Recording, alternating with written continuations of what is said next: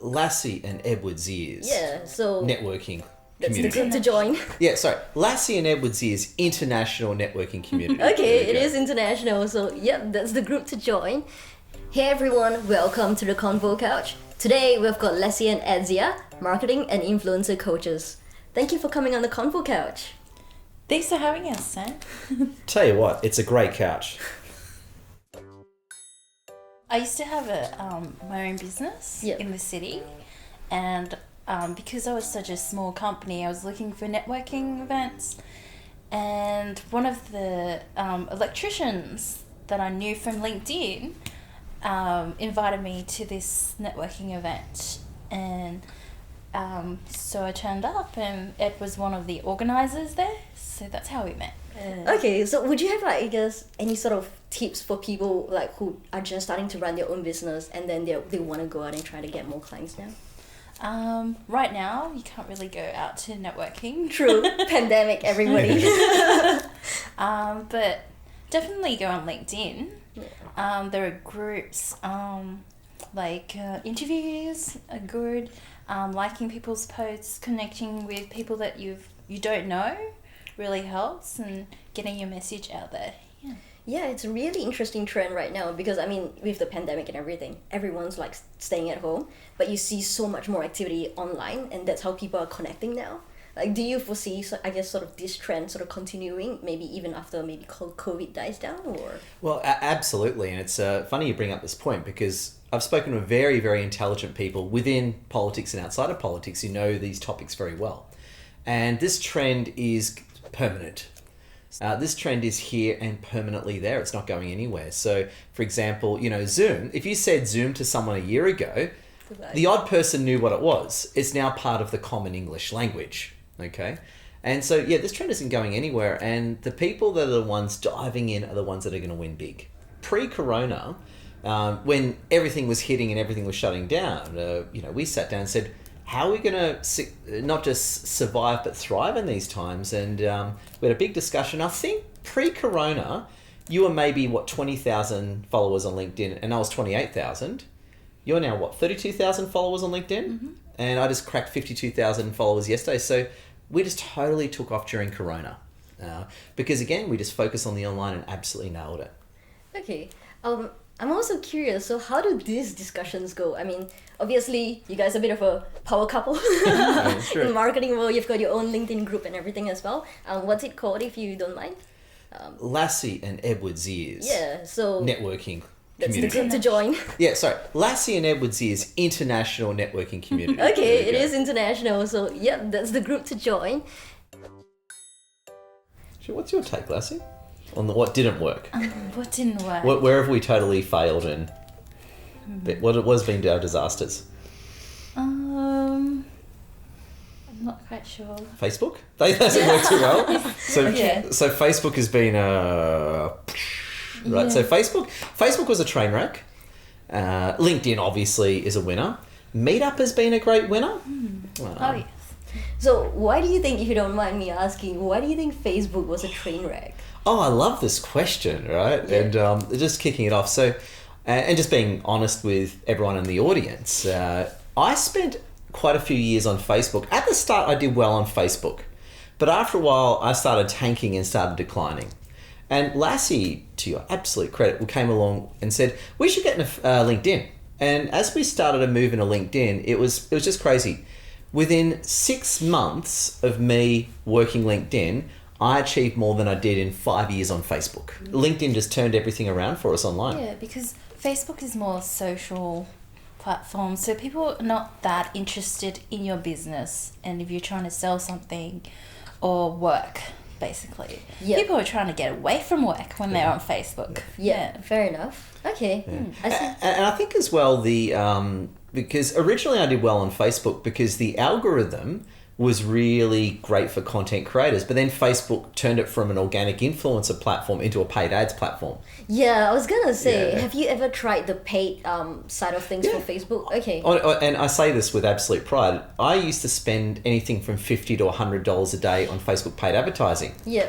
And the return is, sorry. I actually did really well. I actually got a lot of clients out of it, But now I spend $0 on Facebook advertising.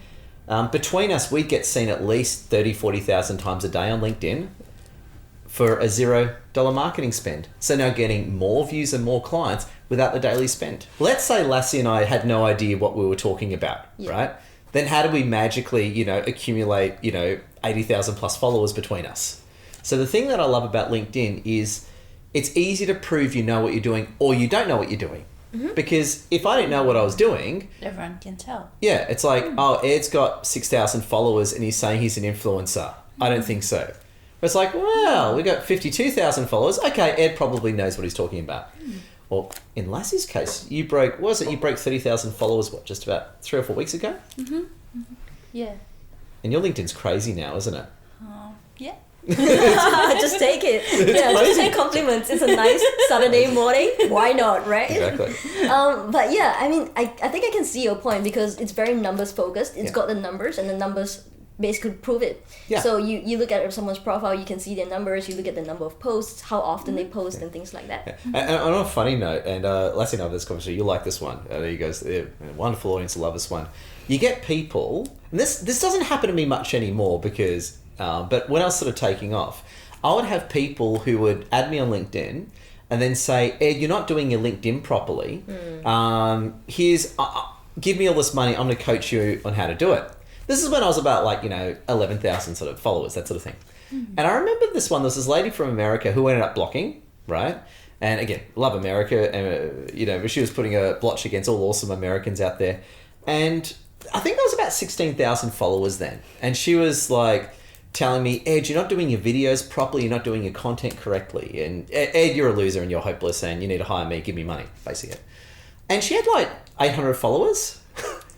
But it gets better than that. It gets better. Okay. I'd say to her, oh, am I? Can you send me an example of a really good post?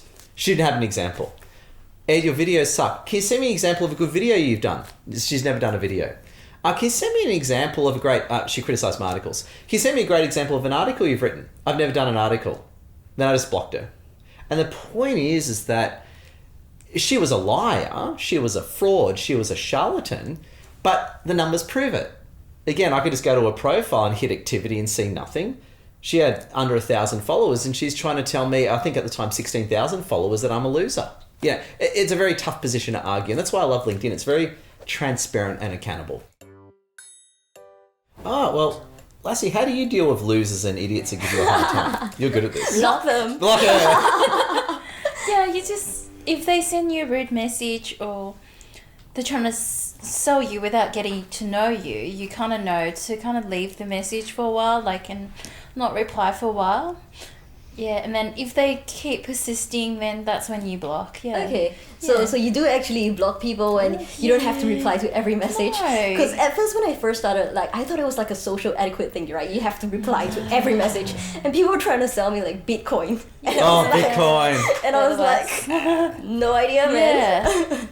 Okay. Alright, so that's good to know. And it makes you look better too, because if you're replying to every message, they think that you don't have anything to do. Yeah. And if you just leave some messages every now and then, you tell people, they can tell that you're busy. Okay. Yeah. Alright, yeah, that's a fair point. Yeah, best thing to do is, number one is update your profile and make it beautiful. Okay, and spend time on it. Like I always say to people, spend 20 hours working on it. Make the profile beautiful. Number two, share at least one really good post a day. It can be text only, a quick video or a photo, whatever you're comfortable with. And when you really want to take off, start running live webinars. You might run for example, we run a weekly live webinar and we also run a networking Zoom every week. And that gives you the leverage and power because we're a lot of, and I learnt this, and a lot of these wonderful people became my clients, and I say this with all respect to everyone, is a lot of influencers on LinkedIn are very, very good at sharing content that gets lots of clicks and likes. But a lot of them aren't making any money. I know that because they tell me this, right? I know that. I know people who've got triple the follower account of me and they don't make any money. Because they got, as you said, they got no sales funnel, they're not running live webinars, they don't have a clear lead, sales page explains their services. What do you think, Lassie? Yeah, definitely. All those things, and also a company page and a group. So the group is good because sometimes you're connected to a lot of people. if you put them all in a group, you can tell who's actually interested in what you're doing. And then you kind of share your posts in there to get more views. Okay. Yeah. Yeah, so like having a group of, I guess, like-minded people kind of just supporting each other and you get all them know. to network. Yeah. Let's say you run a weekly live webinar or a networking Zoom, same thing as far as we're concerned. You always have a little sales pitch at the end. It might just go for a minute or two. Quite simply in our cases, we just simply say, hey, if you love what we're about, want to book a discovery session with us, go for it. And also check out our programs here as well.